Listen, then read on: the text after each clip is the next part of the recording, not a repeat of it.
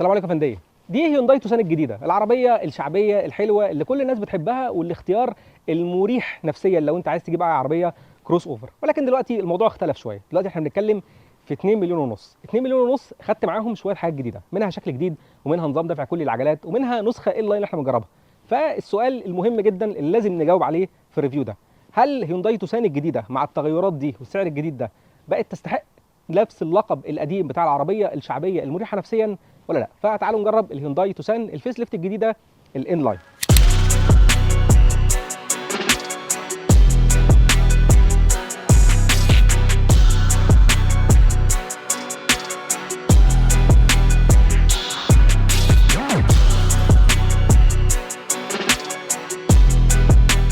دي النسخه المحسنه الجديده من توسان الفيس ليفت، والنسخه دي بقى متوفر منها دلوقتي حاجه اسمها ال لاين. العربيه دي بتيجي بخمس فئات في السوق المصري، اسعارهم ما بين 1,890,000 لغايه 2,525,000 جنيه.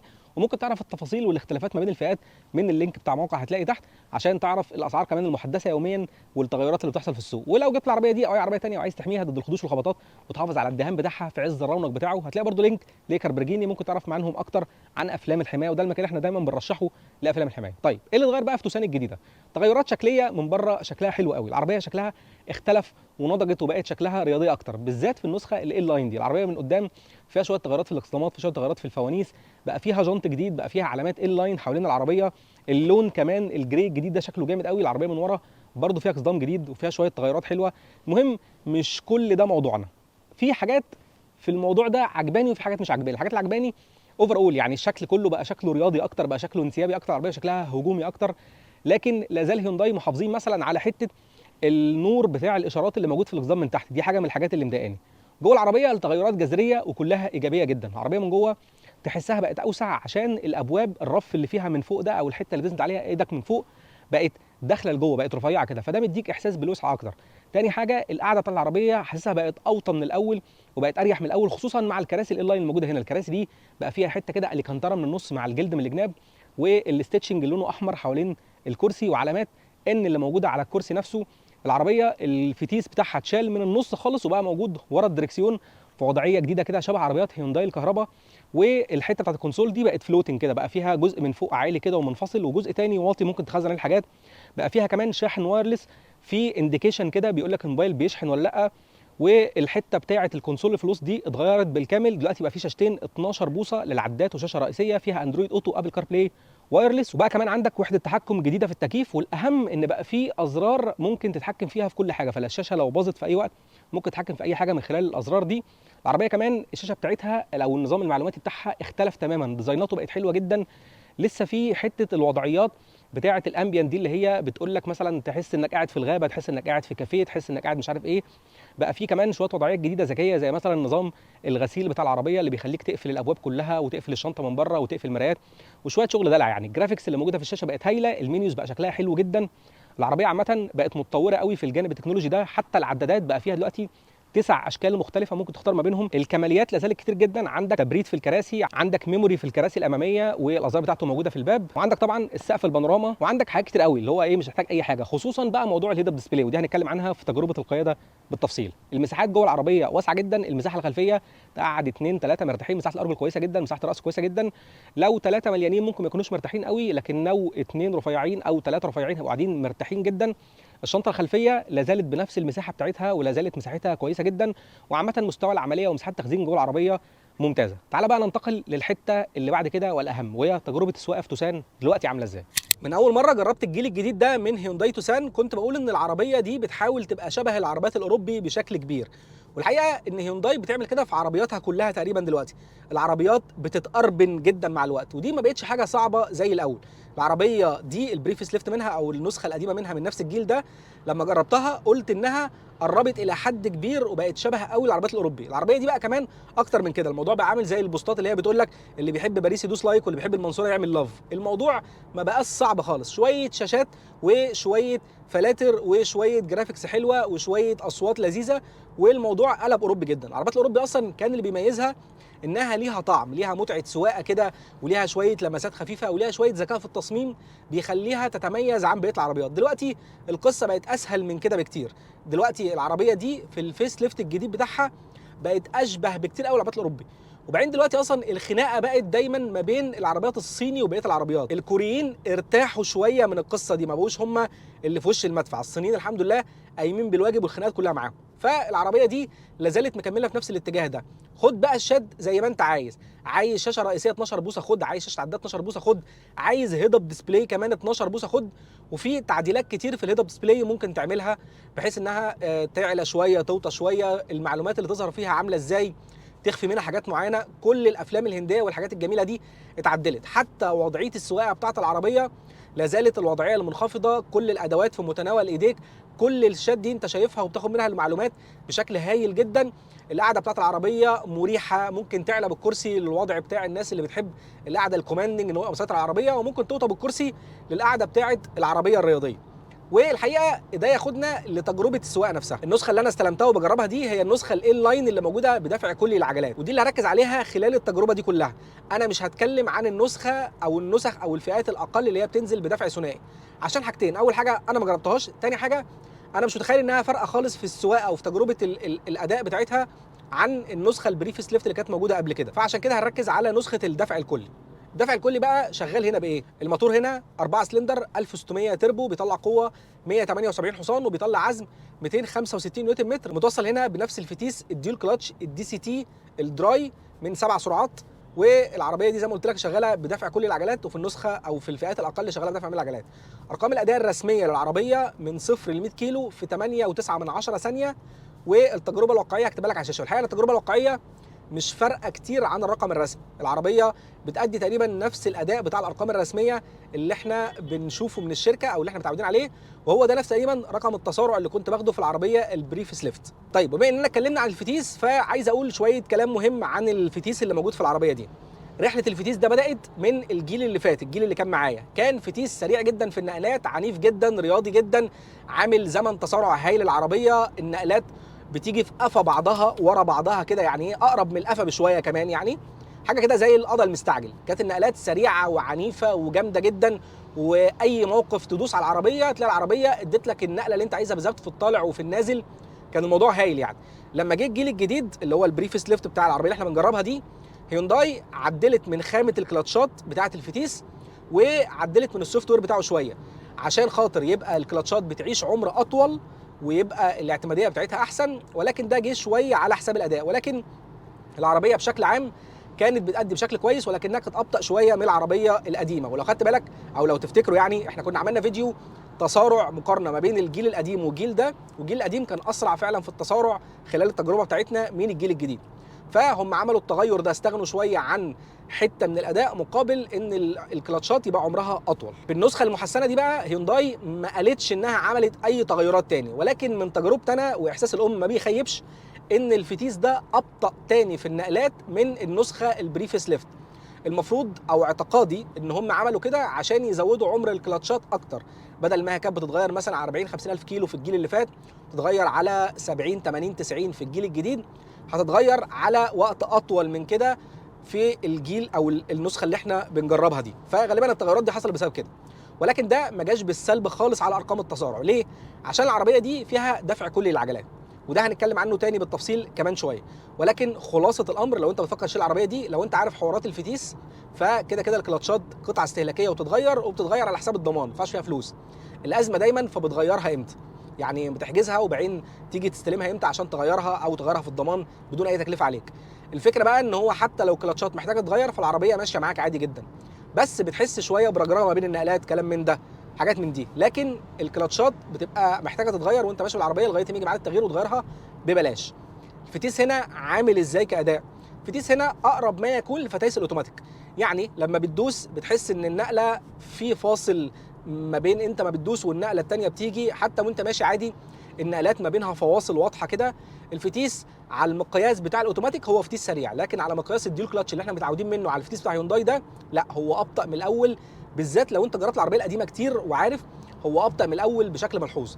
زي ما قلت لك في النسخه الاولى درايف دي بقى الموضوع ده مش باين ومش ظاهر. ليه؟ عشان الاولى درايف هنا عامل زي مسلسلات رمضان الممله، مفيش اي دراما. انت لما بتيجي تدوس على العربيه عشان تطلع ولا في فرق ولا في زحلقه ولا في اي قوه مهدوره، العربيه بتوزع القوه على الاربع عجلات بحيث انها تديك طلعه ممتازه مفيش فيها اي زحلقه، القوه كلها بتروح على الارض للعجلات، العربيه بتحقق تسارع كويس جدا. نفس الكلام بيحصل على السرعات العاليه، العربيه تسارعها لما بتلضم النقله بيبقى هايل جدا. لو انت حاطط العربيه على السبورت مش هتحس قوي الفرق بين النقلات بتبقى سريعه وبتبقى عنيفه وبتبقى نشيطه، ولكن انا بتكلم عن نورمال مود. في الجيل القديم كنت على النورمال على السبورت على اي بتنجان كده النقلات سريعه والدنيا كانت هايله جدا. هنا لازم تحط العربيه على السبورت عشان تديك احسن زمن للنقلات. ولكن اوفر اول انا بتكلم عن تجربه الناس اللي جربت الفتيس ده قبل كده وعارفاه عشان يبقوا عارفين الفرق ما بين القديم والجديد. لكن لو انت اول مره تركب العربيه دي ومش عارف الفتيس القديم كان شغال ازاي، فبالنسبه لك الفتيس هايل جدا، اسرع شويه من الاوتوماتيك او زي الاوتوماتيك السريع قوي الحديث، ولكنه مش الديول كلاتش اللي احنا متعودين عليه. طيب بالنسبه لاستهلاك البنزين، الحقيقه ان استهلاك البنزين في العربيه اللي طالع معايا على الشاشه 8.5 لتر لكل 100 كيلومتر، والعربيه مع الملاحظه ان انا جربتها كانت ماشيه 250 كيلو، وفي التجربه دلوقتي العربيه ماشيه تقريبا 800 كيلو او 900 كيلو حاجه كده يعني. فتحت ال 1000 كيلو المفروض الاستهلاك بيبقى اعلى من الطبيعي شويه، ومع ذلك العربيه استهلاكها 8.5 لتر كل 100 كيلومتر. وده برضو داخل فيه ان انا كنت بصور العربيه في اوقات كتير والعربيه دايره وهي واقفه، وهي من العربيات اللي بتحسب الاستهلاك وهي واقفه. في عربيات كده ايه لما تكون محطوطه على الباركنج ما بتحسبش الاستهلاك، فالعربيه دي بتحسب الاستهلاك وهي واقفه، فالرقم ده برضو طالع شويه. وفي نفس الوقت برضو كان في اوقات كتير كنا بنجري بالعربيه خلال التجربه. فالحقيقه الحق يتقال يعني المفروض ان هي استهلاكها اقل من كده بشويه حلوين. توسان عامه استهلاكها اقل من متوسط البنزين واستهلاكها هايل جدا بالنسبه للفئه بتاعتها دي يعني. ولكن الاستهلاك اللي طالع قدامي على الشاشه لو انا هنقل لك الصوره كامله يعني هو 8.5 لتر كيلو 100 كيلومتر. حتى لو حسبنا على ده فده لا زال استهلاك كويس، وده على بنزين 95. فالعربيه عامه استهلاك البنزين بتاعها ممتاز جدا في الفئه بتاعتها دي. طيب الاول ويل درايف في العربيه دي فارق، الحقيقه ان هو فارق بشكل كبير جدا. العربيه زي ما قلت لك في التسارع مستغليه الموضوع بشكل كويس. لو انت في جراف كده بيظهر على الشاشه بيوريك القوه متوزعه ازاي بالظبط على العجلات، لو انت طالع بالعربيه من الثبات هتاخد بالك ان العربيه دايما بتدي تقريبا 30% من القوه ورا، اكتر من 60% قدام، والدنيا موزونه على هذا الوضع زي ما يكون تلتين قدام وتلت ورا يعني. فالدنيا بتمشي تمام جدا لغايه اما تطلع لغايه 60 70 تبدا العربيه تدي قوه اكتر للعجلات اللي قدام. ولكن لو انت داخل بعربيه رمله او صحراء او طرق وعره او كده وعايز تستغل نظام الدفع الكلي، في عندك زرار اللوك ده. اللوك ده بيقفل الاربع عجلات ان هم ياخدوا قوه متساويه عشان خاطر ما يخليش العربيه تغرز في الصحراء، ما يخليش العربيه تفرق على الفاضي، كل الكلام الحلو بتاع الصحراء والطرق الوعره ده. والنتيجه بتاعته انا ما جربتهاش بصراحه، ما دخلتش بعربيه صحراء خالص، ولكن المفروض ان هو نظريا بيأدي اداء كويس قوي في الرمله وفي الحاجات دي. طبعا كده كده لما انت بتزود السرعه وانت مشغل اللوك برده بتوصل ل 60 70 كده كده العربيه خلاص بتفكها من حوار اللوك ده، تبدا تدي بقيه القوه كلها للعجلات اللي قدام عشان تديك افشنسي احسن، تديك كفاءه احسن وانت ماشي بالعربيه. وغالبا العربيات الدفع الامامي دايما بتدي كفاءه احسن شويه في الدفع بتاعها، فعشان كده العربيه بتختار اكتر انها تدي القوه اللي قدام. الشق الثاني بقى من نظام الدفع الكلي ده هو ان العربيه التوسان اتغيرت خالص على الطريق في موضوع الثبات. الثبات في العربيه بقى هايل جدا. العربيه في النسخه اللي قبل دي كان ثباتها ممتاز، ولكن الثبات مع نظام الدفع الكلي للعجلات بقى ممتاز وهايل جدا، بالذات بقى في الملفات. لو انت هتقلع الطاقيه بتاعت العربويه وانت خارج من الصحراء بعد ما جربت الاول درايف في الصحراء ولبست بقى الطاقيه بتاعت الستانت درايفر وطلعت على الطرق وعايز تاخد ملفات سريعه بالعربيه، العربيه بقى عندها قدره هايله انها تاخد ملفات بسرعه. العربيه بقت متوازنه جدا في الملفات، العربيه بقى صعب جدا انك تعرف تزحلقها، سهل جدا انك داخل ملف حاد على سرعه 100 120 وبعدين لقيت حد في الحاره اللي قدامك فغيرت الحاره في وسط الملف، العربيه بتيجي معاك بمنتهى السهوله، مفيش زحلقه مفيش دراما، الموضوع ماشي بشكل سلس وحلو جدا. والعربيه حقيقي انتقلت في مستوى تاني خالص. وانا فاكر المقارنات القديمه اللي كنا بنعملها ما بين التوسان والعربيات المنافسه ليها، كنا بنقول لو عايز عربيه رياضيه باداء رياضي خد كذا، لو عايز عربيه عاديه ومريحه خد عربيه توسان. لا، التوسان بقت مغطيه الحته دي كمان، بقت تدي اداء رياضي هايل على الطريق بالذات على السرعات، بقت تستغل نظام الدفع الكلي بشكل ممتاز في انها تاخد ملفات سريعه، بقت متوازنه جدا. الموضوع عامل زي الورث كده، انت بدل ما بتدي الورث النفرين قدام وبيضيعوا حق النفرين اللي ورا وبيتزحلقوا منهم في الملفات، لا هو الورث بقى يتوزع بالتساوي على العجلات دلوقتي، فالموضوع بقى موزون اكتر. العربيه بقت هايله جدا في حته الثبات دي، وده مش معناه ابدا ان هي عربيه ناشفه او مش مريحه، على العكس توسان زي ما هي عربيه مريحه بتمتص النور ومطبات بشكل هايل حتى على الطرق السريعه، حتى وانت محمل العربيه مريحه الى حد كبير. الكراسي بتاعت العربيه مريحه، الخامه بتاعت الاليكانتارا الجديده دي مريحه في الكراسي، ما هياش متعبه، الكراسي نفسها بتدعم جسمك بشكل كويس جدا، والقعده في العربيه مريحه. فهي عربيه لا زالت محافظه على حته الراحه وحته العائليه دي بشكل ممتاز كما المعتاد، ولكن ضافت عليها بنظام الدفع الكلي حته انها بقت عربيه كمان ثابته قوي على الطريق وفي ملفات والناس اللي عايزه تشاء. طيب بالنسبه لعزل الصوت، عزل الصوت الحقيقه في توسان هايل جدا، وانت ماشي على السرعات البطيئه وفي قلب الزحمه ما بتسمعش الضوضاء الخارجيه خالص، ما بتسمعش العربيات اللي حواليك، وانت ماشي على سرعات متوسطه مثلا من 80 ل 100 صوت الهواء اقل ما يكون. خامات العزل المستخدمه في العربيه واضح انها كويسه جدا، العربيه مستوى عزل الصوت فيها هايل قوي، صوت الهواء ما بتسمعوش غير على السرعات العاليه، فالعربيه ممتازه جدا في موضوع عزل الصوت. اما بالنسبه للتكييف فالحقيقه ان التكييف انا ما جربش العربيه في وقت حر عشان اقرص على التكييف واقول لك، بس بصراحه يعني توسان عمرها ما كان عندها مشكله ولا مع التكييف ولا هيونداي عامه كان عندها مشكله مع التكييفات، فغالبا اداء التكييف كويس جدا. بس انا زي ما قلت لك درجه الحراره وقت ما انا بجرب العربيه انا لابس جاكيت وبتاع والدنيا شتاء يعني، فما جربتش التكييف في جو حر قوي خليني اقول هل هو فعلا كويس ولا لا. توزيع الهواء بتاعه كويس جدا، الاوبشنز اللي موجوده فيه كويسه جدا، العربيه كمان فيها تبريد في الكراسي في الفئه اللي انا بجربها دي، فدي حاجه ممتازه جدا. فعامه موضوع التبريد في الحر ده مش هيبقى مضايقك في اي حاجه خالص، على الرغم من ان العربيه كلها شبابيك وبانوراما كبيره وبتاع، لانها غالبا توسان عمرها ما كان عندها مشكله في موضوع التبريد بتاع الكابينه ده. طيب ونتكلم بقى عن الامان، العربيه دي فيها 5 فئات، والخمس فئات بيجي فيهم تجهيزات امان ستاندرد خطيره. العربيه دي على الرغم انها عربيه كوريه، وانا لسه بقول لك ان هيونداي بتحاول تأربن عربياتها، فتوسان دلوقتي تتفوق تقريبا على كل منافسينها الاوروبيين في تجهيزات الامان اللي موجوده فيها، ودي حاجه بقت غريبه شويتين دلوقتي، السوق حاله بيتشقلب يعني، المنافسين الاوروبيين بتوعها ما بيقدموش مستوى الامان اللي موجود فيها. رقم واحد العربيه دي واخده توب سيفتي باك من الاي اتش اس، من المؤسسه بتاعت الامريكيه بتاعت اختبارات الامان، المعهد الامريكي لاختبارات الامان ده، ومش بس كده توب سيفتي باك بلس، يعني فاهم اللي هي واخده اعلى ريتنج خالص في موضوع الامان ده. ونفس الكلام في اليورو انكاب الاختبارات الاوروبيه، العربيه واخده 5 نجوم امان، فدي نقطة ممتازة جدا. العربية في اختبارات التصادم واخدة أعلى تقييمات في كل الاختبارات الكبيرة الموثوقة. الحاجة التانية بقى إن الخمس فئات اللي بيجوا هنا تجهيزات الأساسية فيهم اللي بتيجي في كل الفئات من أول فئة 6 اير باجز، اي بي اس، اي بي دي، اي اس بي، تي بي ام اس، نظام مراقبة ضغط الإطارات، فالعربية مش ناقصها أي حاجة من تجهيزات الأمان الأساسية في كل الفئات. آخر فئتين منهم اللي هي الإن لاين اللي بجربها دي والفئة اللي قبلها بيجوا كمان في الباقه بتاعه تجهيزات الامان الاكتف اللي هي تجهيزات الامان النشطه. العربيه بيجي فيها شويه حاجات بقى جامده جدا، بيجي فيها فرونت كوليجن وورنينج، العربيه بتحذرك من التصادم الامامي، والعربيه برضو فيها حته ان هي بتفرمل لو انت هتخبط في حاجه وانت بتركن سواء قدامك او وراك، الموضوع ده هايل جدا. العربيه فيها بلايند سبوت اسيست، العربيه بتحذرك من النقاط العاميه لو في حد جنبك، العربيه فيها حفاظ على الحراره المروريه، العربيه فيها اكتف كروز كنترول بيخلي العربيه تقدر تسوق نفسها على الطرق السريعه، وحتى في الزحمه العربيه بتقدر تسوق نفسها في وسط العربيات. فالعربيه اللي قدامك لو اتحركت العربيه بتقول لك وهي بتتحرك لوحدها، او لو واقفه بالها شويه انت مجرد بتدوس على زر الزائد في الدركسيون هي بتتحرك لوحدها، العربيه اللي قدامك لو وقفت هي بتقف معاها. فيها كل باقه تجهيزات الامان النشطه وشغاله بكفاءه جدا. في عربيات بنجرب فيها الحاجات دي ما بتبقاش شغاله بنفس الكفاءه. الفكره ان العربيه هنا بتسوق على الاكتف كروز كنترول بنعومه جدا، بتفرمل بنعومه، بتشوف العربيات اللي حواليها من بدري، بتظهر لك حتى على الشاشه جرافيكس كده العربيات اللي حواليها. العربيه بتغير الحاره بطريقه ناعمه، قصدي بتلف مع الحاره بطريقه ناعمه، ما بتحسش انها مخضوضه ولا انها متروشنه ولا انها عماله تنطط وتخضك معاها. لا، العربيه عندها كفاءه في السيستم بتاع الرصد انها تشوف كل حاجه كويس وانها تتعامل مع كل حاجه كويس. اضافه للكلام ده العربيه فيها كمان اكتف هاي بيمز، العربيه بتقدر ان هي تتحكم في النور العالي بتاع العربيه لوحدها، انت بتديها الاوتوماتيك بتاع الهاي بيم وهي بقى بتنور النور العالي وتطفيه براحتها. ومش بس كده، زي ما كنا بنشوف في العربيات البريميوم من كام سنه، العربيه فيها وحدات LED منفصله، فهي مثلا لو انت منور النور العالي وانت قدامك عربيه فتنور يمين وشمال العربيه وتفصل الحته اللي فيها العربيه اللي قدامك عشان النور ما يضايقهاش. عربيه جايه قدامك تروح منوره لك الجنب اليمين وطافيه لك الجنب الشمال عشان ما تضايقش اللي قدامك، فتلاقي نفسك شايف طول الوقت بشكل هايل جدا، وفي نفس الوقت مش عايز بقى توجع دماغك بموضوع انك تنور النور وتطفي النور والحاجات دي. هي بتتحكم في النور العالي وبتشغله بكفاءه ممتازه جدا، يعني قدرتها على رصد اماكن العربيات اللي قدامك ممتازه، وبتحكم في النور بشكل حلو جدا عشان تعمل الكلام ده. فالحقيقه ما عنديش اي تعليق سلبي على الامان اللي في العربيه، مستوى الامان فيها هايل جدا وتجهيزات الامان فيها هايله جدا، ودي حاجه كنا محتاجينها من زمان في توسان. الجيل الجديد ده مهتم بيها بشكل كبير، وخصوصا الفيس ليفت ده كمان مهتم بالموضوع بشكل هايل جدا.